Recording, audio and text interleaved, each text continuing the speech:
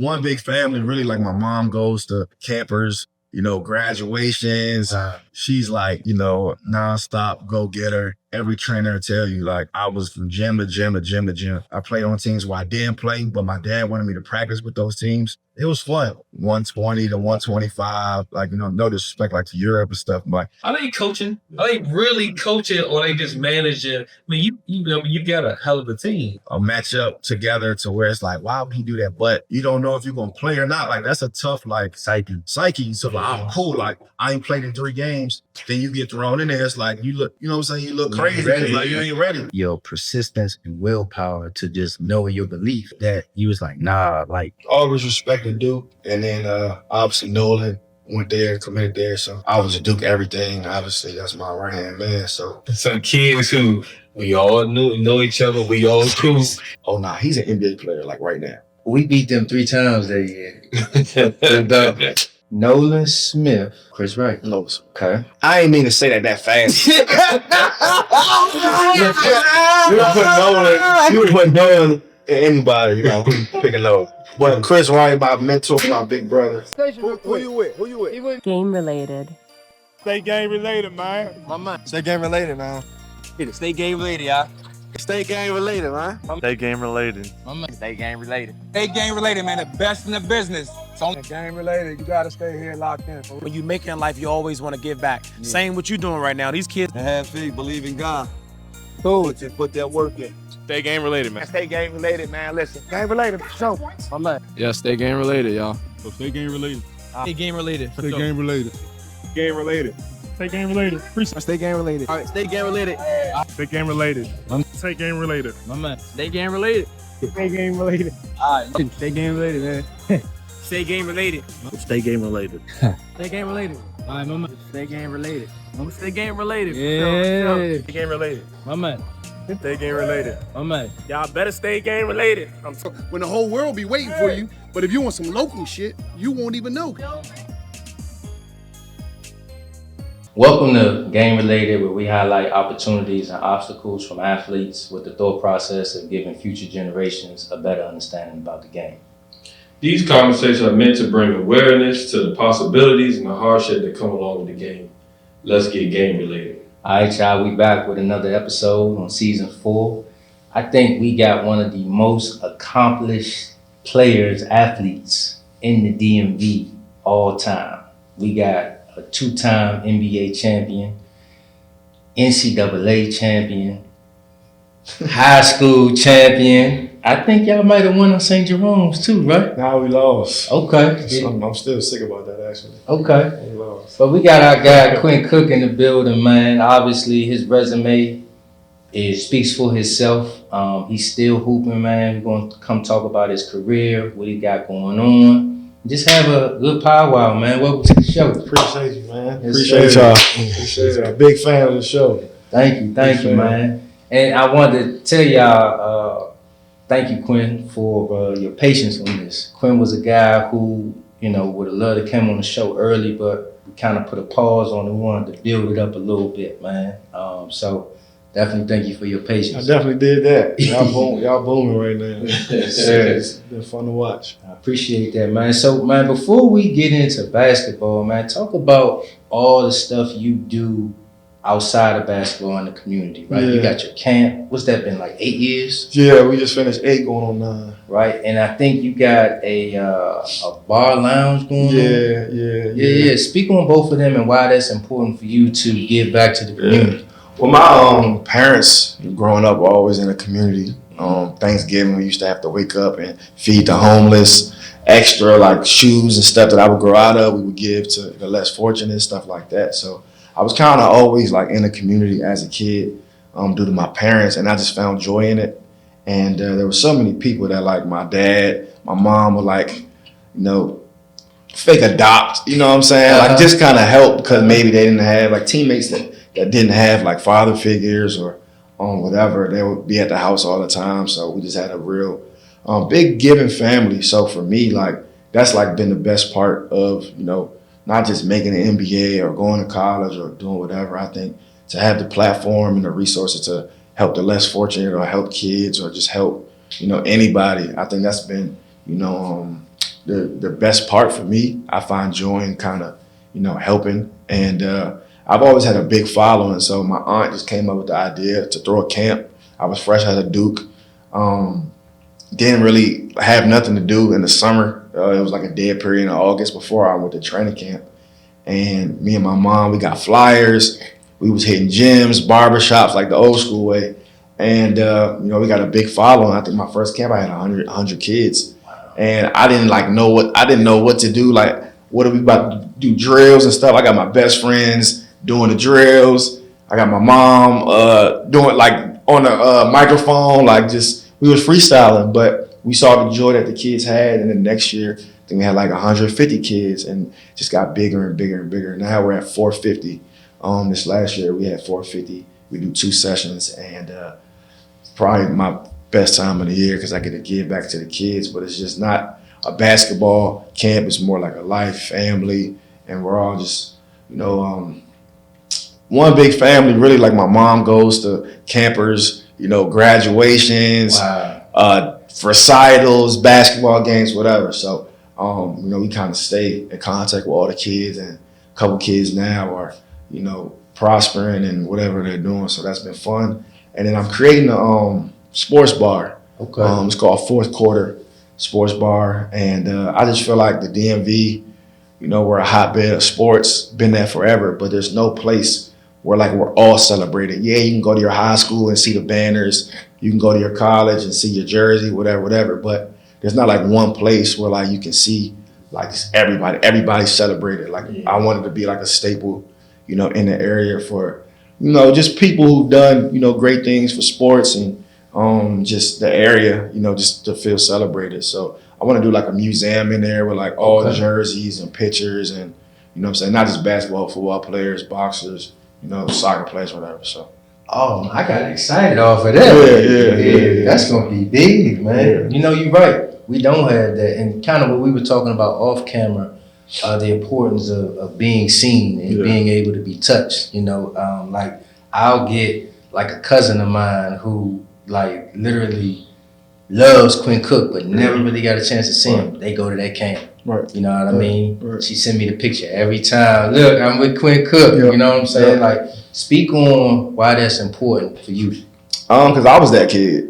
Like we were just talking about. I remember I went to all the camps, when I was growing up, and it didn't matter if you were an NBA player. You could have been a high school player. Like that's how I met, Freddie Stanback. I mean, he was my coach at Morgan Wooten camp, and he was. I don't remember what grade was he was Dez. Dez wasn't there. I met Freddie before I met Dez. I didn't know that. And Freddie was my coach, and like he was just like one of the best players I had saw. They would play pickup. I would watch them play, and I was like became obsessed, and just was his biggest fan. And then like he didn't make the NBA at that time. It wasn't in college, but I looked up to him like he was in the NBA. So I was that kid that like just if you played basketball, if I thought you were good, like I was obsessed. So I just know what the impact. Guys like that, I got a relationship with you when I was a kid, and just following your career, just wanting to do what you've done. That was big for me. So like I had the opportunities now to, accomplish a lot of my goals. So now I know there's kids looking, at me and at my peers. So I definitely want to be there for them just to get some motivation for sure. Man, that's crazy. Hey, man, that's the second person who has mentioned Freddie Stanback on this podcast, man. Freddie, shout out to you, Chad. Hey. So, man, let's go back to your parents, right? Obviously, your mom has a big impact on you. Obviously, she's out making sure things are happening. Yeah. Obviously, you talk about your dad a lot.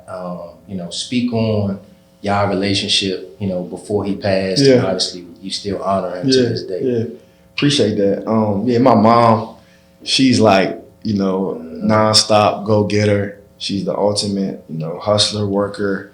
She's gonna find a way. That's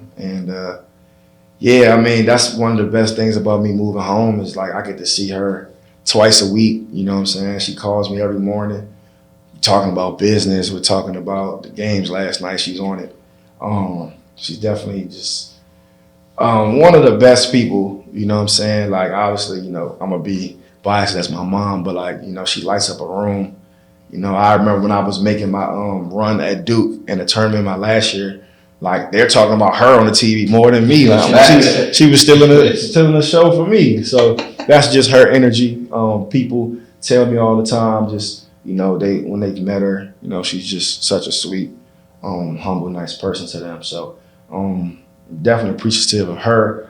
My dad, you know, was my best friend when I was a kid. You know, we watched Laker games together. We did everything together, picked me up from practice. He was one of those dads that, like, he cared more about my character rather than my game. Like, if I had 40 points, like, he'd be happy, of course, but like, if I had a bad moment out there or a tech or whatever, he would coach me more on that. And he was just big on character. He helped a lot of the kids who I was teammates with, just, you know, with anything. And like I said, we had one big family because my dad was just so giving and just so like a loving person. So yeah, when he passed in 2008, I was a freshman, came out of nowhere, but he prepared me, you know, to be the man of the house at that age. So not saying he saw it coming, but just, you know, I was fortunate to have 14 years with him. Like, you know, a lot of my friends, you know, didn't have any times with their father. So I had 14 years with him, and he got me ready for life. And, you know, I miss him, but you know, I know he's with me more than ever. And, you know, it's been motivation. Sometimes, like, when I didn't want to get up when I was a kid, you know, I just remember, like, he'll want me to wake up. Like, so he kind of kept me going. So. Yeah, man. When I seen that the picture of you and him in the Lakers. Yeah. Oh man, that hit home. Yeah. That was, I know that was a big moment. Yeah, that was the biggest moment for me because I didn't get drafted. So like that was kind of like my draft day, and I knew like how happy he would have been. You know what I'm saying? Because he was like obsessed with the Lakers. Like I was obsessed, but he was like a different level. You know what I'm saying? So to play for his team, you know, for 2 years was fun. And yeah, like his whole family, like, well, our whole family was just, you know, super, super grateful that I got that opportunity because they knew, you know, how much he loved the Lakers. So yeah. So man, let's get into some hoop stuff, man. You know, this is always one that I never asked you this, right? Mm-hmm. What do you say to cats that always just be like, Quinn not that good, right? Quinn always on a good team. Quinn got put in this position, blah, blah, blah, blah, blah. Like, yeah, I know you heard all of that stuff, right? Like number one, yes, they do. People be saying stuff like that, right? And Quinn always end up showing you why he is what he is. But like, I want to hear from you. Yeah. I think it's funny. I laugh at it, you know what I'm saying? Just because like, I've only not played on like one good team was the Lakers. Any other team, like I always played and I hooped. So, I mean, the proof is in the pudding. Especially people from here, like around my age, like I didn't duck no smoke. I was at every gym. I was at every pickup. Like every trainer will tell you, like I was from gym to gym to gym to gym. And, you know, from seven and under, all the way up to 17, like I was in the area. So like I was here trying to bump, you know what I'm saying? Played up, played my age. I played on teams where I didn't play, but my dad wanted me to practice with those teams.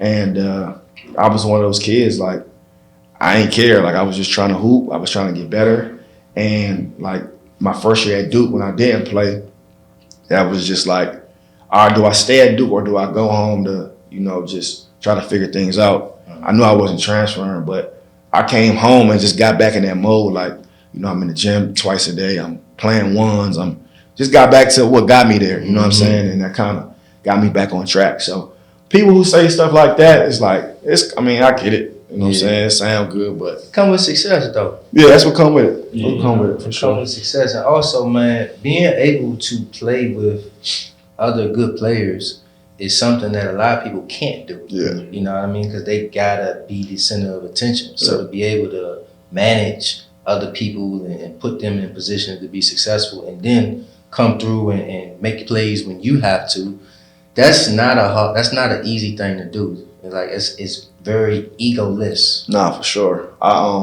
Like I said earlier, my dad was very strategic, like with me, just on like a competitive standpoint.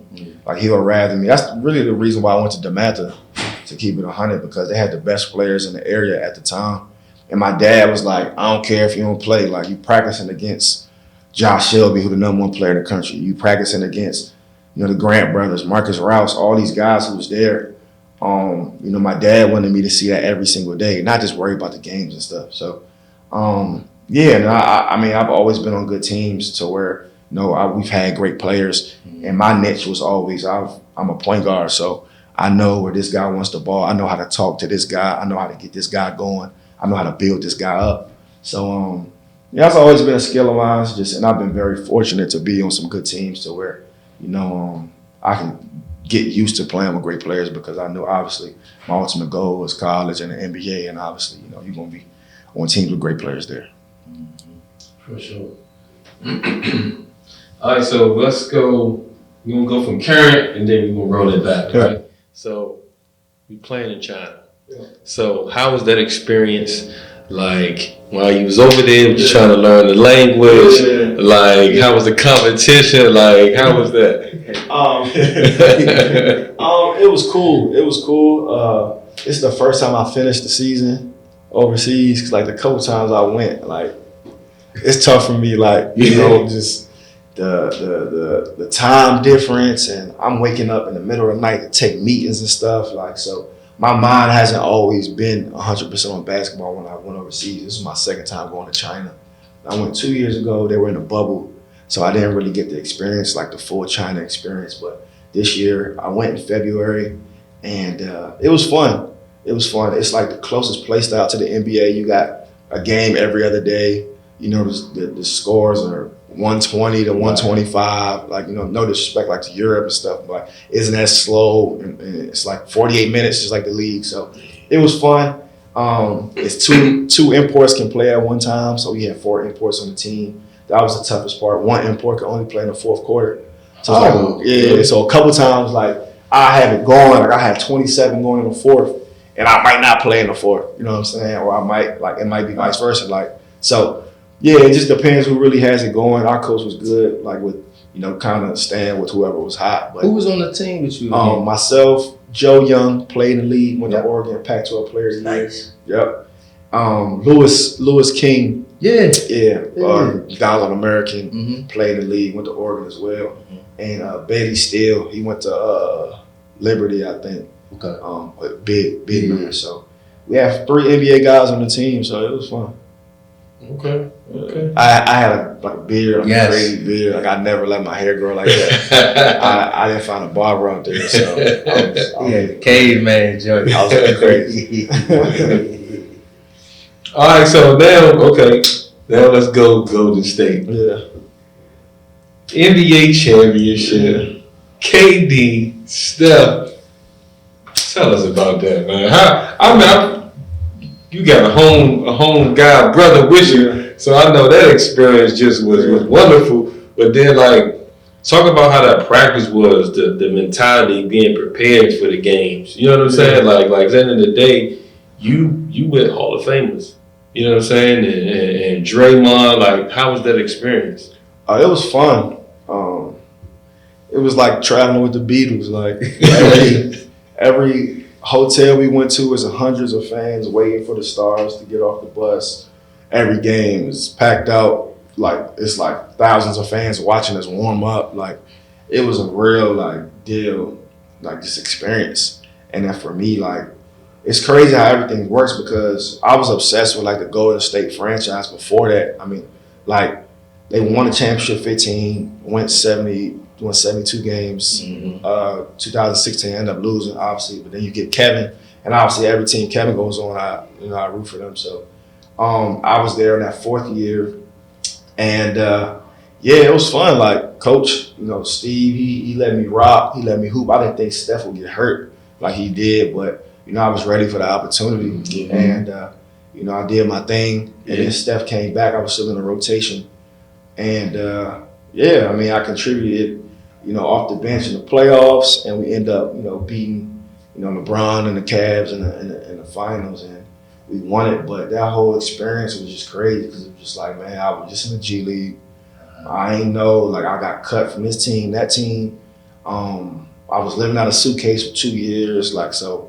To find like a stable home, that was my first time having a stable home in the league, and it was great. And then, being around Hall of Famers every day, man, it's just a dream come true for somebody who, is a basketball, savant. So that was fun. Hey man, so I don't think I ever told you this, really, but I went out there to catch Quinn one time, right? And it was the game y'all played Houston, and this when James Harden was James Harden. Mm-hmm. Oh my God, that was like I'm trying to tell y'all. You remember that? Slim. I think they was cooking, and then James Harden hit the game winner. This is when his shit was like, and he hit the game winner in Golden State, and the whole crowd. It was so loud. And it just said, yeah. Those games was crazy. Houston was tough. James don't get the credit either. Like I know, basketball, NBA Twitter is just crazy how like they just like put slander on these guys' names, but there was nobody tougher than James at one point. Like James in that system, he was, especially around that time, man, and people, he can't win. He chokes in the playoffs. Where he ran into the Warriors 3 straight times, and then he ran into the Lakers the last year. So it's just like, come on, bro. But James is incredible. Yeah, because that's when he had Capella. And they had a mob. They had a mob. Eric Gordon. Yeah. So that was a fun team. That was a fun team for sure. Ariza was with them too, right? Ariza, Shumpert, CP. You know what I'm saying? Then they got Russ that last year. But. Yeah, because if CP didn't get hurt that series, I forget one of that the was series they had. 2018. That's when y'all. Yeah, we beat them. Yeah. Okay. Yeah, but I mean, to that point, it's like they was down CP, we was down Iggy. You know what I'm saying? Not to say like CP's had a better career, but Iggy was probably our best defender. Yeah. He was a point forward. Like he could switch 1 through 5 really. So he was just as important for us. So yeah, I mean, Chris went down, kind of gave us a little life. So yeah. All right. So after that, now you in LA. Yeah. And and you already said how that was a full circle moment from being, from your pops a big LA fan. So now you at LA, and now you with, this generation's GOAT. I'm an MJ man, but they say Bron the GOAT. You know what I'm saying? So I wear Jordans, but Bron the GOAT. Okay. So now you with Bron. So like, how was that experience? It was great. My first year in the league, I was with Cleveland, so I got to spend time with Bron and learn from him. He was my vet my first year, so we already had that rapport. He helped recruit me from Golden State to the Lakers, which was crazy. So, it was fun. We had a brand new team. We only returned 3 guys from the previous team, so it was a whole new group. But from day one, like everybody signed, everybody was locked in. Bron had a mini camp in Vegas for us. We all flew to Vegas and just got to hang out, chill, work out, go out together, just kind of, build that team camaraderie. There's probably no team that was closer that I've ever been on. You know what I'm saying? That Laker team we did everything together, literally. And obviously COVID, happened to put a pause to the season, but ended up going to the bubble months later. And you could see teams that ain't really want to be there, you know what I'm saying? It was different. Guys that used to being in their mansions and being able to do whatever they want. Yeah. Guys complaining about one room suites. I'm like, bro, y'all crazy. But it was fun. It was cool, great experience, great year. I didn't play like I wanted to, but I knew my importance to the team. Me, Bron, AD, Dudley, us 4 had a great rapport like during games. There was sometimes to where like, if AD didn't have it going, like Vogel, would come to me like, man, can you get your guy going and stuff like that? So that was fun. Watching film with Bron every day, like we literally had a routine. Like every night after dinner, we'll go to his room, we'll watch the games I was on, then we'll break down the film. and just just shop around ideas and like what they'll bring to the coaching staff. So yeah, I didn't play like I wanted to, but I still contributed in another way. And what's crazy is like during that season, like I wanted to get traded. So I'm like, man, I'm playing on my dream team, but I ain't playing. Like I signed for the most money off the bench outside of KCP. Like I needed to be playing, but obviously, that wasn't in the cards. But it was all worth it at the end, to be a champion. And on the banner, it doesn't say how many points I averaged. It don't say how many minutes. It just say my name. So I'm appreciative of that. Sure, man. That's a crazy experience too, man. We was just talking about one thing Bron does. His mind is amazing. Like talk about that just a little bit as far as like how he analyzes the game and how like he's like to me like one of the ultimate puppet masters. Yeah, no, 100%. He sees the game in a different lens. Kind of like how I just love like the small like details about basketball. Like I'm watching OKC play the Lakers the other night, and I'm seeing how they're guarding SGA. You know what I'm saying? It could be a Western Conference Finals match, or whatever. So the different strategies and chess moves in games and stuff. And Bron is just like that. Like Bron, obviously his athletic ability is something that we probably never seen, but his mind is like even sharper. And I remember we were playing, them in the finals. And obviously he's played against Golden State at that point, 4 straight finals. So he's pretty familiar. But like there's like little wrinkles that we're adding, in between game 2 and game 3. Like he's calling out our plays like as like we're calling them, like he's calling out, like quarterbacking their defense on what's about to happen. I'm like, bro, we just put that in yesterday at shoot, or this morning at shoot around, but he sees like plays 3 times ahead and like everything's in slow motion. And you could tell, he watches basketball all day. Like he watches basketball all day. He'll watch McNamara versus Gonzaga JV game and he'll break it down and really watch it like just, like so he just has an eye for the game. And Rondo was like that as well. Rondo was incredible to be around just from an IQ standpoint. So I was fortunate to be with those 2 guys. Yeah.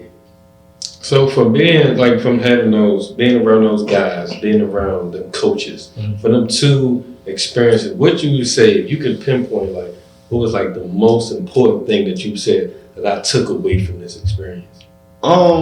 Steve Kerr, I think my first year at Golden State, when Steph went down and I was starting, I was trying to like get those guys the ball. Like I was going out of my way to get Kevin and Clay and those guys the ball, but I wasn't being myself.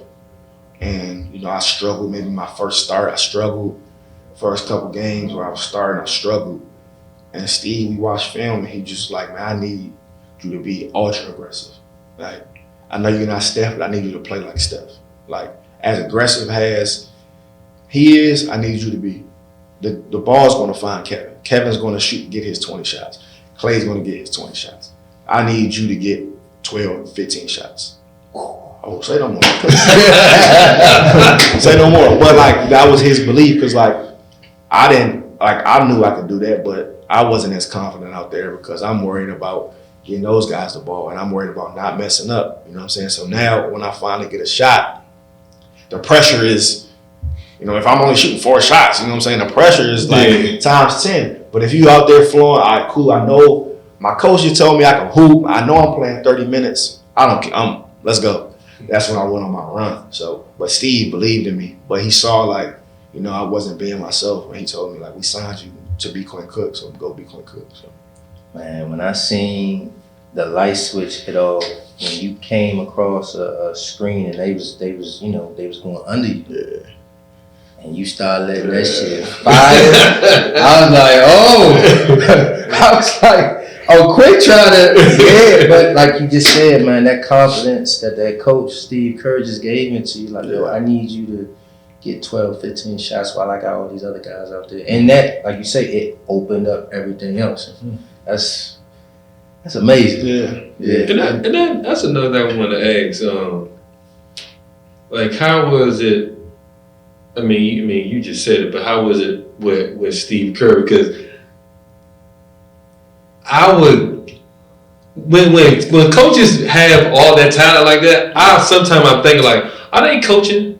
Are they really coaching, or are they just managing? I mean, you got a hell of a team. So you know what I'm saying? It's like, is it really coaching, or are you just managing? Yeah, I mean, you definitely got to manage the egos, manage the team, especially in the NBA. I mean, and then that team, you know what I'm saying? You got mega stars. So on the opposite, they're all like Kevin, Steph. Those guys are super humble. But then you got a Draymond who, like, no telling what he's going to do on any given day. And then Clay is a guy who's, more reserved and chill, but, every time I touch the ball, he'll shoot it. You know what I'm saying? So it's like every time you gotta it's definitely managing, but man, the in-game adjustments Steve would do.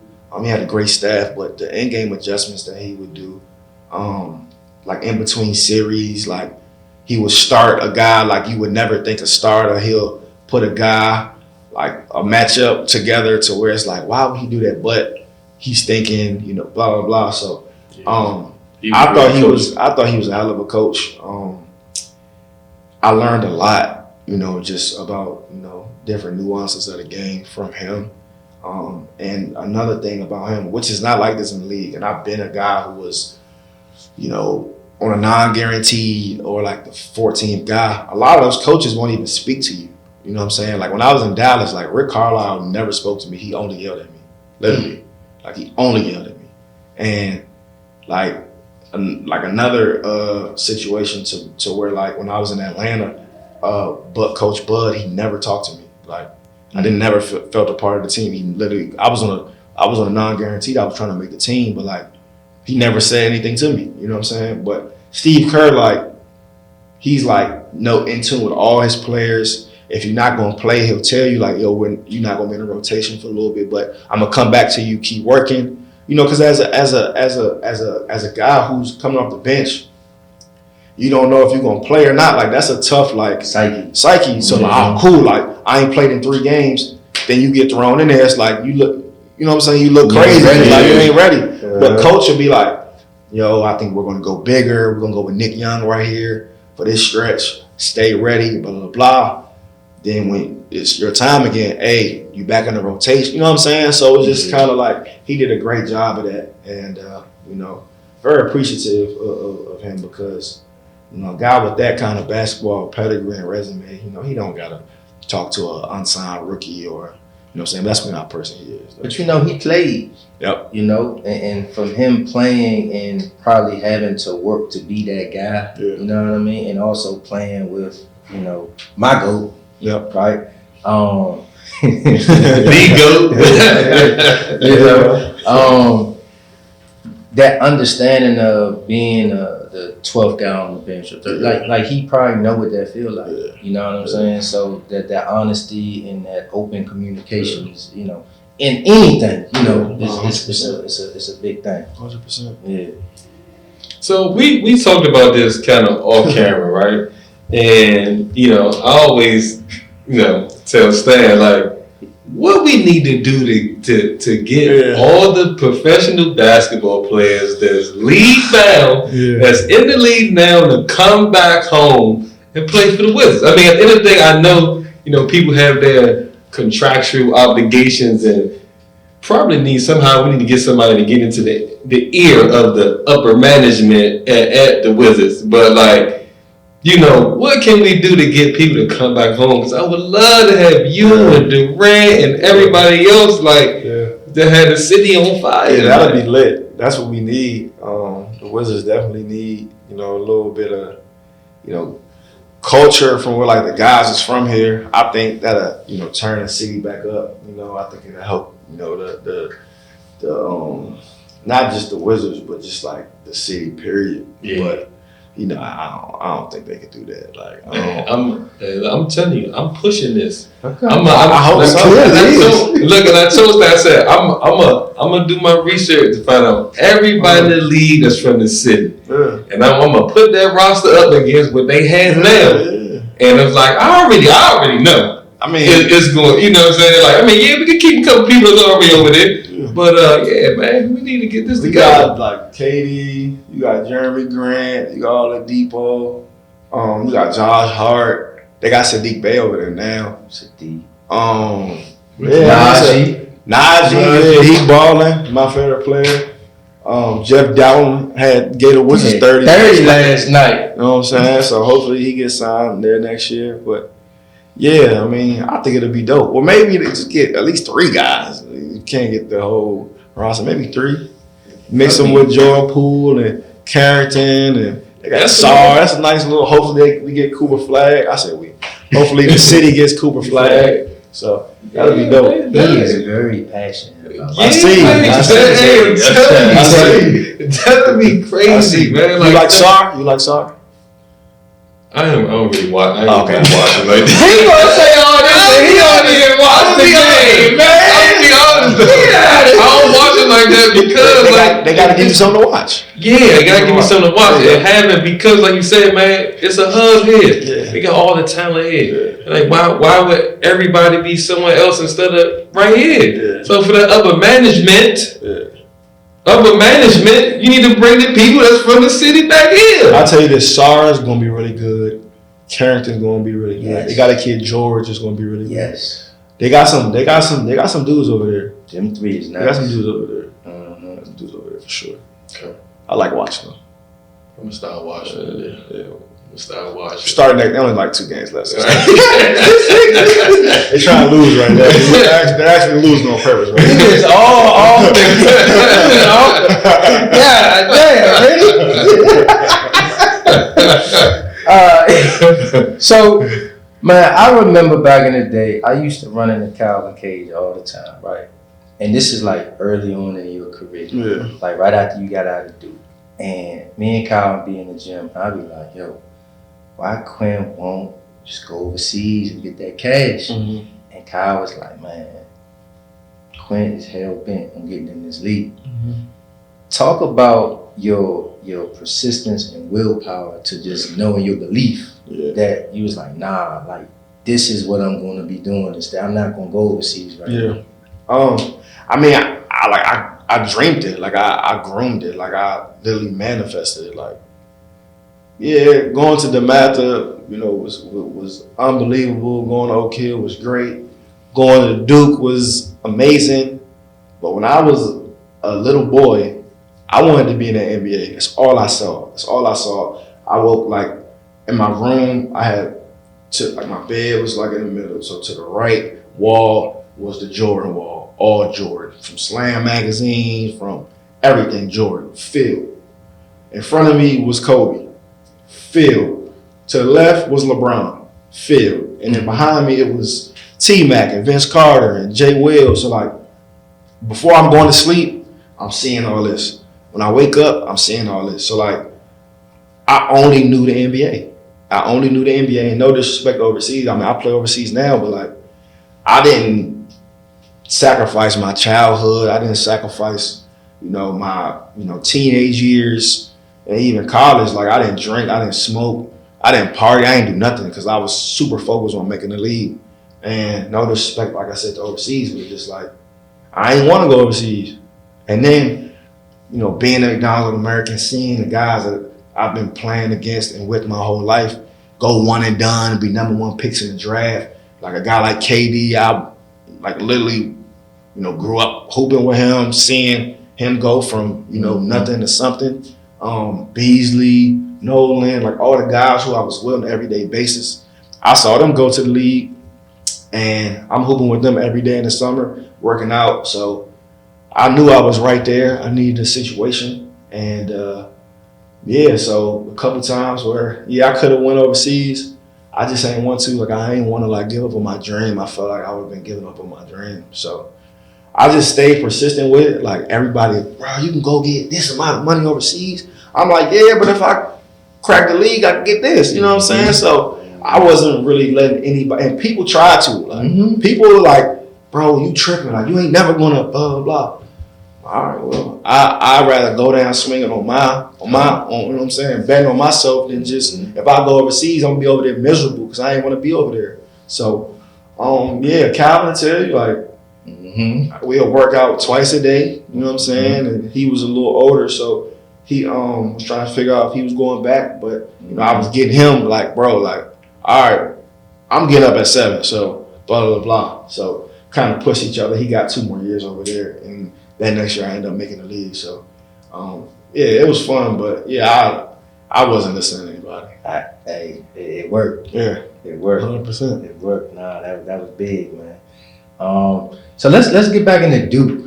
You know, what made you choose Duke? Yeah. Talk about the culture in Duke with Coach K. I remember Tyler Thornton was on the show, and he was talking about a situation where he had like the best training camp ever. He was hooping, and then Coach K came in the joint and was like, "Listen, I don't need you to do that. Right? This is what I need you to do." And it was like his, oh shit, like everybody got roles. So like just speak on Duke. I done watched you do all of this at Duke, so but just speak on it. Yeah, being a super basketball fan, I mean, I wouldn't say I was a Duke fan, but I always respected Duke. You know, being in Georgetown and Maryland territory, you know, I don't think Maryland or Georgetown like Duke. So, but I always liked teams that like, and respected teams that were like weren't liked. You know what I'm saying? Obviously, you're not liked because you know you're winning. So, always respected Duke, and then obviously Nolan went there, committed there. So, I was Duke everything. Obviously, that's my right hand man. So, yeah, when Coach K, you know, started to recruit me as a freshman, I knew I wanted to go there. You know what I'm saying? But obviously, I wanted to do myself. You know, just some justice and look at other schools and take visits and get on the scene. And I kind of started to blow up after my freshman year, and I was getting recruited by everybody, but Coach was always there. And they didn't recruit everybody. Like I would go to UCLA, they would have another point guard on campus. I'd go to Arizona, they'll be bringing 2 more point guards after that. So it's just kind of like, yeah, it's cool, but like Duke, like Coach, like, all right, I'm only gonna recruit these certain guys and that's it. So I was the only point guard that he was recruiting out of my class from day one. So that was special to me. Knew I wasn't a one and done guy. So I saw the progression with Nolan. You know, how he got better each and every year. He won a championship, became All-American, National Player of the Year his senior year. So I kind of wanted to do that as well. Then it was like, why not Duke? You know what I'm saying? We on TV more than half the NBA teams. You know, every time we would lose, it's the first thing on SportsCenter. And then I had got hurt at the time I was making my decision. So I was thinking, you know, beyond basketball and just the business, you know, situations that they had for their players there. Their alumni is very strong. So I just was kind of like, why not Duke? So yeah, I'm happy I made that decision for sure. Yeah, man. Talk about your progression. You know what I mean? I think like your first 3 years, you were just, I guess you would consider pure point guards, right? And then your last year, you know, I think that's when Tyus Jones came. And so y'all both played the 1 and the 2. And I mean, you was getting shots off. Was you, I think maybe it was G League, you was 50, 40, 90. You was probably close to that at Duke too. I was close. I was close. I don't think I shot 50 from the field, but I definitely, you know, it was 90 and 40. But I was real close. I was real close. Yeah, speak on the change of role, and then obviously I just felt your confidence just grow. Yeah. When I first got there, I was hurt. So, you know, I was, you know, thinking that I was going to replace Kyrie. I was hurt. You know, Tyler beat me up every single day. Literally every single day. He made me so much better. Just, it was every day. Like, it's going to be a war. My best friend off the court, but when we in here, like, we competing. And it was just pure, you know, competitive nature. And I wasn't ready, you know, health-wise my freshman year. And Coach would give me, like, every time we'll lose a game, he'll start me. Like, he kept trying to, but I wasn't ready. My body language was terrible. I wasn't in the shape that I needed to be. I was a front runner leader at that point, to where it's like, when my shots falling, when we're up 20, guys is playing well. Like, but when I turned the ball over twice, when I'm 0 for 6 from the field or 2 for 10, like I wasn't a good leader. Or if I wasn't in a rotation or playing, like I wasn't a good leader. So that I needed that season just to look myself in the mirror and really just get better. In that next, season, I saw how Tyler was in shape.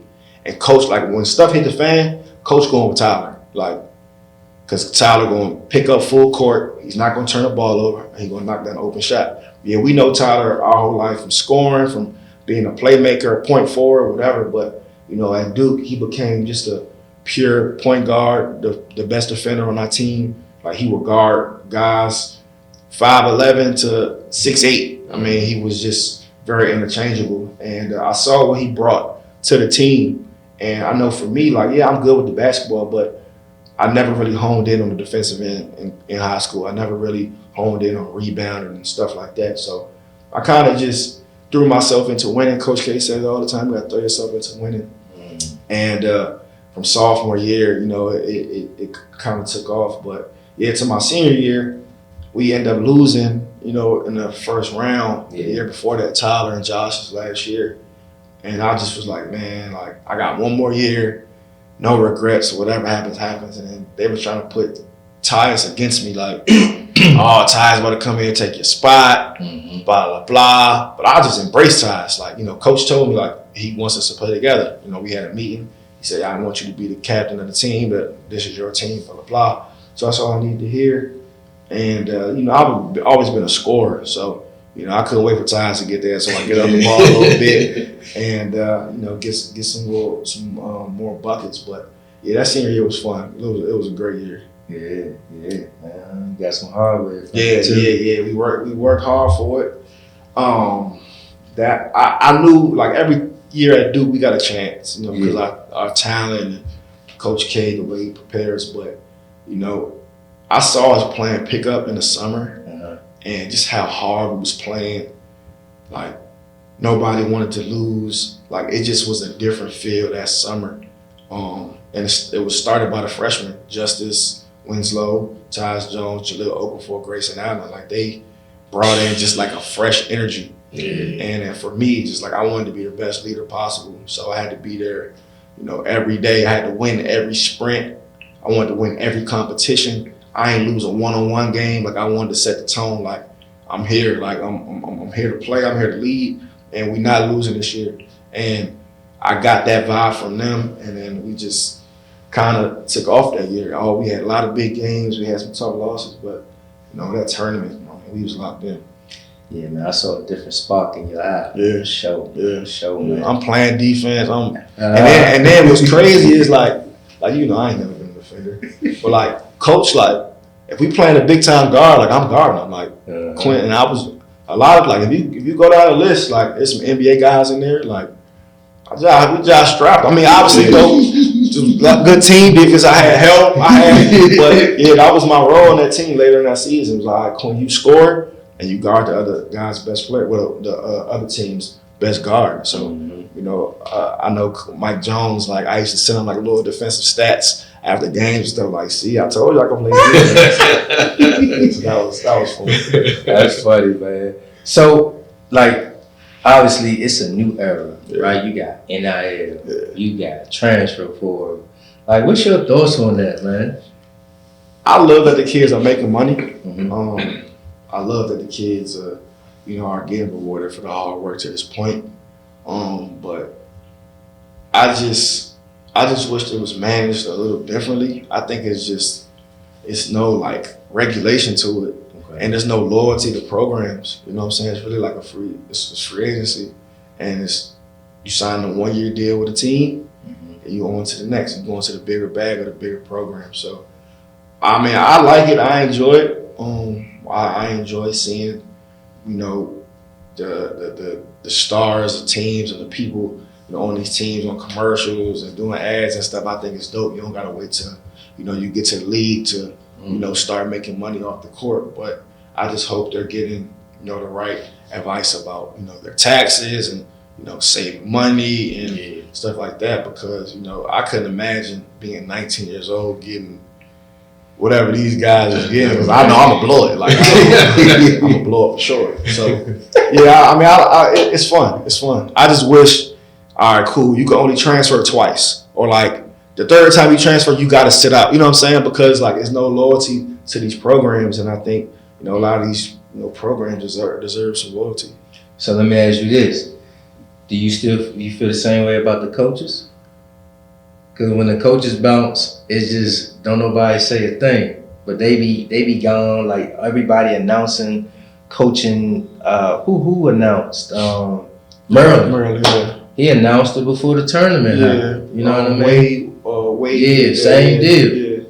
Nah, I mean, I think this is the difference between coaches and players. You know what I'm saying? Like I think that they grown men. You know what I'm saying? They 30, 40, 50, 60.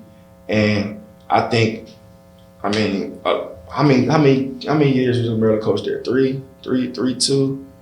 I mean, if you get an opportunity like Villanova, a dream job, I mean, I think you got to take it. Will Wade at McNeese State was at LSU. You know what I'm saying? NC State opens up, you got to get it. So I understand, like, to where, like, for the players, but it's just kind of like, literally, like, it's all right, I got recruited here out of high school, right? Yeah. I'm going to Michigan. Stuff don't go right at Michigan. I'm gone. I'm going to Villanova. Whatever. I'm going here. But it's just like, because when you get to overseas, when you get to the league, like, you can't just transfer. You know what I'm saying? You got to fight some adversity sometime. And I just think the transfer portal kind of just allows the kids just to like, I'm gone. You know what I'm saying? Like, and the transfer portal helps. Like Elijah Hawkins, like my little brother, he did his 2 years at Howard, transferred to Minnesota. You know what I'm saying? I think he led the Big Ten in assists. Transferred to Texas Tech and was a game away from the 4. So I see it helps as well. So I just think if they find a good balance of it, it'll be better. Yeah, I tell you what, if I was playing at Mason and I was getting 15. And State called me. I'm out of there. I'm with you 100% on that. I'm with you 100% on that. But I want to see now all this stuff is going on. Okay. I was like some kids who we all know each other. We all cool. They doing shit. And look, and we all go to the same school. Yeah, hard. That's hard. We all go to the same school. They want to do the super team. Yeah, we about to all go to the same school. We gonna kill. We gonna go to the tourney, man. We win the national championship. That's lit. They should do that. If they gonna let us do it, like why not? We might as well take advantage, man. And we all gonna get paid. We can break it down. Hey, look, man, you gonna get this. We gonna get this. Break this down. So everybody good, and we gonna win. That'd have been like if Mount Verd decided last year to get all them dudes to play like Cooper Flagg, the kid at Connecticut, Queen, like that team. If all of them is like, man, we just gonna go be the Fab Five. Yeah. That'd have been tight. Dang, that shit would have been crazy. Probably no school could afford them though. Yeah, that's probably like a $20 million. BYU would have been. BYU would have been. They would have done it. That'd have been dope. Yeah, so you talking about Mike Jones, like so let's go back to that. Like, how was that for Mike Jones being your coach, playing with that mob that y'all had then? Because y'all had several NBA guys on that team. Yeah, you know what I'm saying? Like talk about that back then, and that was, that's on the come up right there. Yeah. Mike Jones, he started to recruit me in the 5th grade, and. You at St. Jerome, bro? I was at Wilmore Elementary first, and then I went to St. Jerome's. And, we just built a bond that was, inseparable, like, to this day. Like, I played for Steve Kerr, I played for Coach K, like, I played with some great coaches, but, Mike Jones has been the best coach that I've ever had, just from, on and off the court. Like, what he's done for me and my family has been, incredible. I remember when my dad passed away my freshman year. After that, like my mom still had to do stuff with my sister and stuff. Like my sister was a senior in high school, so Mike Jones would pick me up every morning. He would come from Upper Marlboro to Bowie and pick me up every single morning. And like I know I was a starting point guard, but I wasn't no like, for sure NBA player or, high D1 player. So like, like he ain't have to do that. You know what I'm saying? But like literally he the head coach at DeMatha. We the best, program in the country. And like literally he's picking me up every morning, making sure I was good. Some days it'd be rough. So he'll just come get me out the house. I'll stay at his house for weeks. And we stayed in the gym. But Coach Jones, like, he was tough. He was tough, like very disciplined. He expected, not expected, he demanded greatness out of us. So like, we worked extremely hard. But you see why a lot of those, players who played under him prospered at the next level because, they're getting that tutelage from Mike's since we were 14 all the way to 18. So my DeMatha years was great, even though I didn't graduate from there. And they still, treat me as an alumni. I claim them. I say I graduated from 2 high school. I did 3 years there. And to this day, Coach Jones doesn't miss a birthday. The day that my dad passed away, like he always sends me a nice message. Father's Day, he's always like, literally, I haven't played for a coach in 15 years. Like I haven't, since 2010. And he hasn't missed, a big day, a big moment, a signing, anything. He's always supporting me and my family. So he asked me to speak. He got his not his jersey, so I said his jersey. He got his name, on the DeMatha floor. Mm-hmm. And he had me speak. I think myself and James Robinson were the 2 players to speak, in his behalf. So like that's how, that's how strong our connection is. So I wouldn't be where I am without him, and I love him to death. And I'm happy that he's prospering still. Yeah, man. I always say, Mike, just from the fact that he let me come in there and work out, even though I was at Gonzaga, like he ain't never throw no shade at that joint. And I'm telling you, his workouts with Coach Dave Atkins, yes, sir. Oh my God, Slim. I'm talking about, I ain't even feel like doing the camp because like them workouts, and he used, like you say, he demanded, he was like, listen, Stan, don't come in here be playing around, though. He was like, I need you here at 6 o'clock. He was like, because you the older guy. So like, them young guys looking at you, you need to be in here working out, and they need to see that like you can't be in here joking around, and then all of a sudden, like they following you. And like them workouts, I got so much better than something. Yeah. So look at he's literally built pros. Like how many? I don't know how. Let's speak on that real quick. But like I would like, so me and Victor we went to elementary school and middle school together, and I like that's like my brother. Like there's nobody closer like to me than him. But I ain't gonna sit here and tell you that in 10 years this boy will be the number 2 pick in the draft. Like I would probably be like, bro, you crazy. But I saw how hard him and Jones worked, him and Atkins worked, like, and he pushed me. Like, I would get to the gym at 7:30, Vic would be already in there working out, so I'm like, cool, I gotta beat him to the gym. So we start competing against each other, and Jones loved it. Like, Jones loved it, because that's what he is. And I just saw myself, I'm getting goosebumps thinking about it, like, I just saw myself and Vic and Jaron and Jeremy, like, just get better every single day. Like, Jones, yeah, we gonna do this, 45 minutes, we done. And I just like saw myself getting better and better and better and better to where it's like, I couldn't wait to work out. Like I couldn't wait to get in the gym. I couldn't wait to, you know what I'm saying? So yeah, Jones he's amazing. We had 5 NBA players on that team. Markelle Fultz, he played, I think, freshman in JV. Yeah. You know what I'm saying? He was a number 1 pick. Like, you know what I'm saying? Jones, he's a magician. He's a scientist with just the player development stuff. Yeah, well, Markelle was crazy. Markelle was a wing at first, right? And I love that Mike put him at the 1. Yeah. And I think that might have hurt them a little bit because they ended up losing the St. John's championship. Yeah. But his development, which was important, and that obviously catapulted him to that next level. So yeah, Mike Jones. I forgot about Yeah, he could come to the Wizards too. There you go. But so how was assault? Oh yeah. PC Assault was fun. My dad moved me to them when I was 12. I was playing like 14s. Would never play. We had a coach, Zach. He's still coaching. Like I wouldn't play, but my dad, like I'm like, Dad, let me play my age. Like let me play. You know what I'm saying? But my dad was like, nah, I want you in the practices. Like he wanted me in the practices playing against Lil Durham. Going, you know what I'm saying? Going against the guys that were older than me, stronger than me, and stuff like that. So when I became the guy on my team, when I started to play my age, 15 and under, you know, it was so easy just because I had been playing up.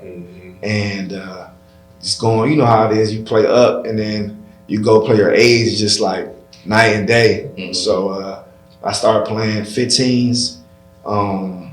That's when like the summer went crazy. I got offered by kind of everybody. I was top 10 in the country. And the next year, Coach Taj Hawkins was our coach. Yeah, that was a big summer for me. He let me kind of, you know, he was a point guard as well with the Oak Hill.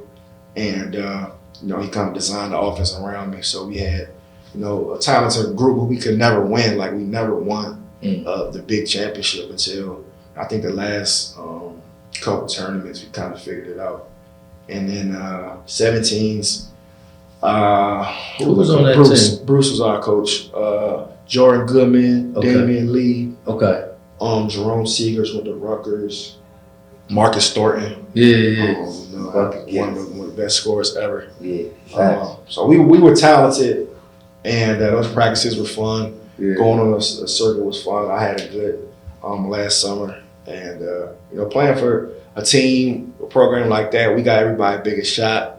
All our games was packed. You know, Kurt just developed just such a brand. You know, with you know Adidas basketball. So you know, we were the talk of the summer. Even though like sometimes we wouldn't win a championship, but everybody was coming to watch us play. All the coaches was coming to watch us play, media. So playing for a team like that was definitely great, man, and some great alumni to come out of there as well.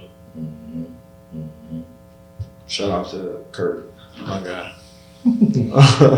Hey, who would you say out of all these years you didn't play, who was your toughest matchup? Toughest dude you had to guard? And that's tough. What about the McDonald's game? Marcus T was tough. Marcus T was really tough. Dame Lillard, I mean, Dame was tough. Kemba was tough. Trying to think like a high school. Markel Starks, Eric Green, those two. In college, Shane Larkin, Trey Burke. Trey Burke was a motherfucker. Yeah, Russ Smith. Fast as hell. Peyton Siva. I remember the first time I played against Taiwan Lawson. I was in 7th grade, and he was going to the 12th. And I mean, I couldn't obviously do nothing. But that's the first time I realized, like, oh nah, he's an NBA player, like right now. Like, he just was so much more advanced and just like strong, and he was dunking. You know what I'm saying? I just was like, yeah, Taiwan was like, he was Taiwan was fast. but like that y'all era, like that 2000s era of just guards in the area was just, you had Chris Wright, like Nigel Munson, Nolan Smith, like Calvin, Trey Kelly, like just Ray Brewer, man, so many great guards. Like, so I was lucky. I got to watch all you guys play. I remember when y'all played St. John's, Nolan's freshman year. Yeah, Nolan, Chris, Dante Cunningham. Yeah, I mean, I got to watch all that. So. Yeah, Dwayne Anderson was on that team. Yep. You know, I just want to say that, you know, all that talent, we beat them 3 times that year. You know? All that talent. We beat them 3 times. You know, I don't do too much talking, but that was, you know. All that talent for nothing. All right, man. So we got a game we play. It's called Either Or. You know, if you say both, you gotta take a clip of ginger. All right. It's healthy for you. Okay. Right. We're gonna take it with you. Okay. You know. That's if I say both. If you say both, right? You know, I've seen some people manipulate this game where they didn't want to say, they really wanted to say both, but because they didn't want to take a ginger. I ain't gonna say both. I'm gonna answer. Okay. All right. I'm gonna see. I'm gonna try. All right, here we go. Duke or the Mavericks? Both. Yeah. No, I'm gonna go Duke. Okay. All right. Coach K or Mike Jones? Mike Jones. Okay. This is crazy. Yeah, it is. Najee Marshall or Rudy Gay? Najee Marshall. Okay. AD or DeMarcus Cousins? Oh my gosh. AD. Okay. All right. Nolan Smith or Chris Wright? Nolan Smith. Okay. All right. I ain't mean to say that fast.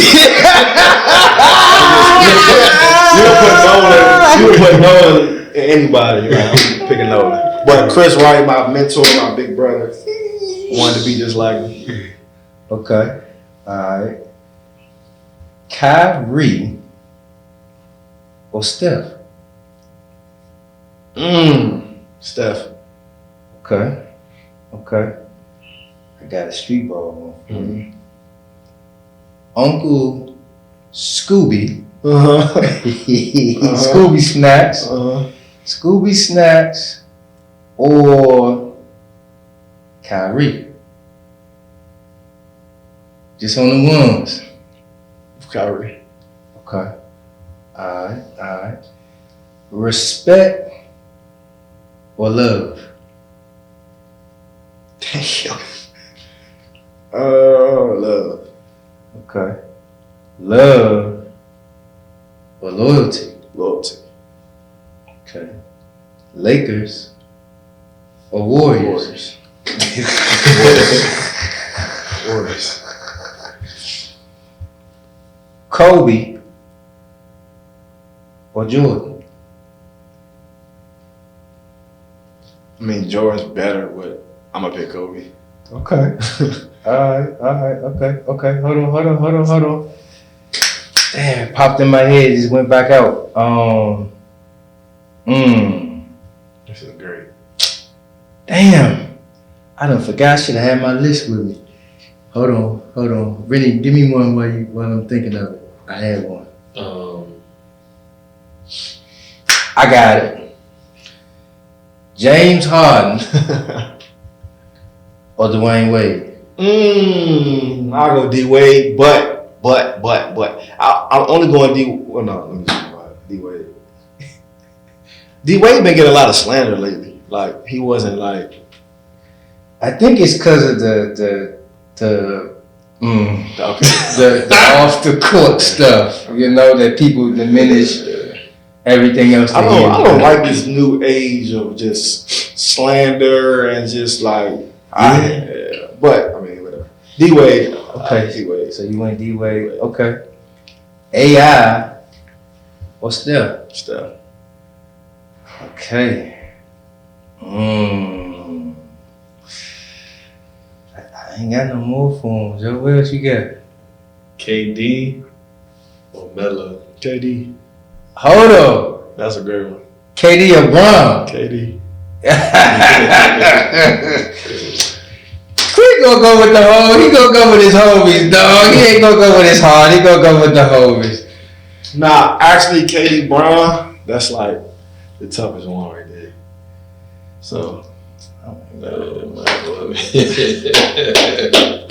Alright, well, you he's really happy that you ain't say both. I ain't taking them myself. yeah. Yeah. Nah, I ain't gonna make you do that, bro. That demand to do one though. Sheesh. I know. I thought she was just I'm gonna go both ahead. right there. Mm-hmm. That's tough. So one thing we always ask, right? We always like everybody want to be successful, you know, but it's about handling the success, right? How you handle the success to like maintain it. At the end of the day, you are very successful. You know what I'm saying? So speak about how you, from all your success, how you're able to handle and maintain that success. Yeah, great question, man. Really just having humility and being humble, knowing they could, be taken away from you, in a split second. God forbid, you can get hurt at any second, your health. So just keeping the main thing, like in a perspective like that. I was raised, to have humility. So just because, you're good at a sport or you're good at business or whatever doesn't mean you're better than the next person. I always try to learn from everybody in each avenue. And then at the end of the day, it's like, yeah, I was successful in basketball. I am successful in basketball, but basketball isn't life. You know what I'm saying? And for me, that's been my life, up to 28, 29 years old. But I've seen guys struggle with the transition of, not playing anymore because that's all, we know. So for me, getting in the business world, I haven't, been successful in some things, but I have in other things. So just trying to navigate stuff like that and just trying to be as humble and have as much humility as possible to where it's I can, be, vulnerable and ask questions and try to, get better in other avenues. But I think success, goes to the people, success goes to, a lot of people, but to keep the success, very few people, know how to navigate it because they don't have, humility. So for me, it's just, I always kind of just lead, life with that and just trying to be as humble as possible. So. Nah, that's a fact too, man. You always kept it very, I want to say, confident, but humble. Yeah. I always seen that with you, man. And I mean, I'm proud of your career, man. You've done a great job. Thank you. Definitely proud of you, man. I think you said off camera, how many more years you got left? Well, I just finished year 10.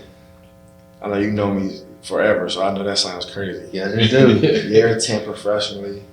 And I want to get to 15.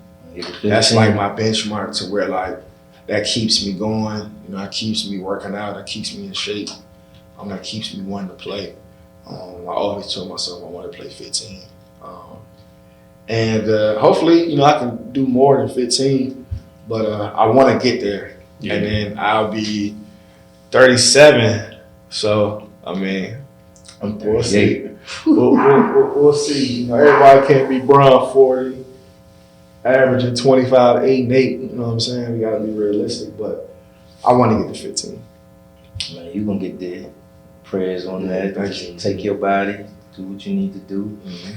Let me ask you this: is there anything that we ain't talk about that you wanna speak on? I got a book coming out, and that's probably my biggest thing that I've done this far. Okay. Besides the championships, besides the, even graduating from Duke, I think this children's book is going to change a lot of lives. Okay. I've worked extremely hard on it. I'll be announcing the drop really soon, but I just got the hard copy a couple months ago, and it's just kind of surreal. When I was a kid, my mom bought me this book called Salt in His Shoes. It's basically about Michael Jordan, him getting cut from the varsity. He was a little shorter. Obviously fictional book. His mom put salt in his shoes so he can grow, and she would do it every night until whatever, and then he ended up growing and becomes Michael Jordan. But as a kid, I read that book, and before every game, I had to read the book. I kept the book with me. So the power of a children's book, and what it could do. So for me, that kind of changed my life. So I always wanted to write a book when I got older. My mom actually wrote 2 books herself. Shout out to her. So like that's always been in me. So So this for like kids, like my kids age. Yeah. Okay. So like it's up to like so I mean like we want to put it in high schools as well. Okay. I mean, you know, but for it's like 4 to 17. Okay. And yeah, man, it's just Jack McClinton, you know, the Miami great, Baltimore legend. I was living in LA. Well, he was living in LA. I was playing for the Lakers, and like I grew up idolizing Jack, obviously. So you know, we formed a relationship. He would come to the games and stuff. Jack's very, you know, business savvy, and he kind of got me like, cause I'm a guy like if I have a bad game, I ain't coming out the crib. I'm not talking to nobody.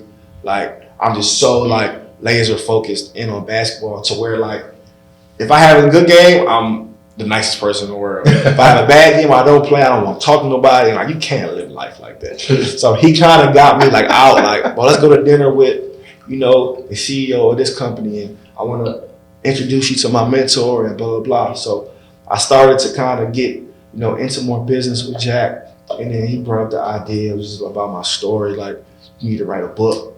So we wrote the book together. We found a company, you know, that'll publish it, and it came true. And I'm very excited about that. I wanted, you know, to be, you know, a New York bestseller. I wanted to, you know, inspire kids all around the world, inspire parents, and it's my 10 recipes to success. So, you know, just giving kids, you know, different tools and stuff to, you know, try to, you know, be good in life. It's not really just about basketball, it's about just character and stuff. Can you give us one recipe? Obviously you got humility. Yeah. You know, you got respect. You ain't gotta give it all away. Yeah, I mean, it's 10 in there. But my favorite one's humility, because I just think people who live with humility, you know, prosper in life. And yeah, I love humility.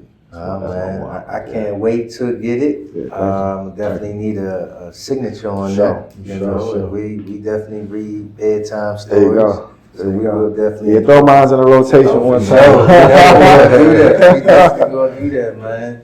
But man, I definitely wanted to thank you for coming on the show, man. Appreciate what y'all doing, man, because you know, a lot of people, you know, put out, you know, content, but like for a basketball, you know, head like myself, you guys, the people that you guys have had, the conversations, the questions, you know, everything has been, you know, fun to watch and very enlightening. You know, hearing, you know, former guys play, come on here and speak about their journey, you know, give people their flowers. You guys give, you know, all of us our flowers, which is appreciated.